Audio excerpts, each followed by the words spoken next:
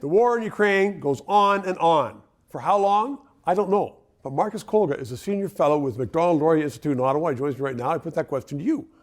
I know you can't see the future, but is this just going to drag on for years and years?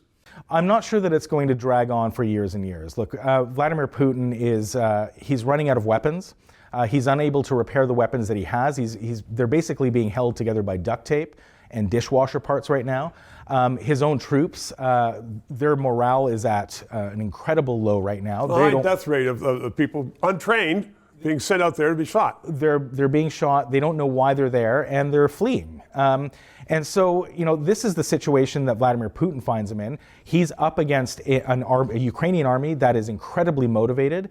It is becoming much more well-armed with high-tech weaponry.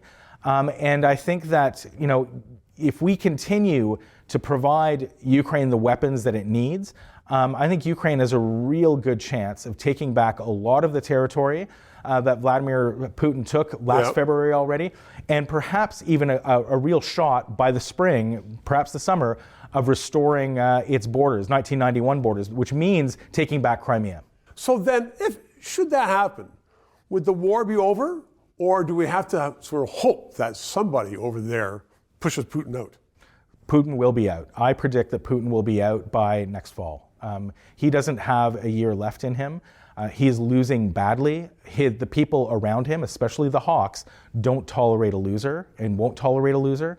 The loser? He's the winner. He's the one that's going in, getting territory. The losers, it seems to me, are the army. Definitely. It is the people of Russia who have really been the big losers over the past 22 years. They have not seen any sort of real improvement in their lives while Vladimir Putin has been in power. But there is right now a power struggle going on in Moscow. If things continue the way that they have been for Vladimir Putin, those knives will come out. And I really do believe that there is going to be a change in Moscow over the next 12 months. So, Marcus, there's not really a rule book for this. We know how dictators have been deposed throughout the history, but it's not going to be nice, I suggest. It's going to be bloody. It'll be bloody. He has a few places, if he can get out, where to go. Are there a few good candidates who would march in and take over the job? Well, the opposition, the Democratic opposition, has been completely obliterated. They've either been assassinated, or they're in prison right now, or they're in exile. There are some rather nasty figures who are lurking about and could take his position. I suspect it's going to be one of those. Evgeny Prigozhin is one of them. He is quite a barbaric type. He is the one that went into Russia's prison to mobilize troops from those prisons, including one cannibal. And so this is someone who I think we need to keep an eye on, and who we should be worried about and could take power in Moscow. Boy. Marcus Kolga, Happy New Year. I hope it gets better. Thank you. 3 minutes. A number of people tell me I am no longer a liberal.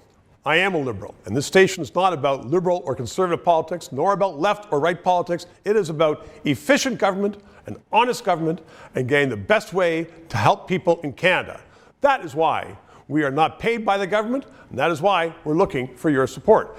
Press subscribe, and if you can make a donation, we appreciate it.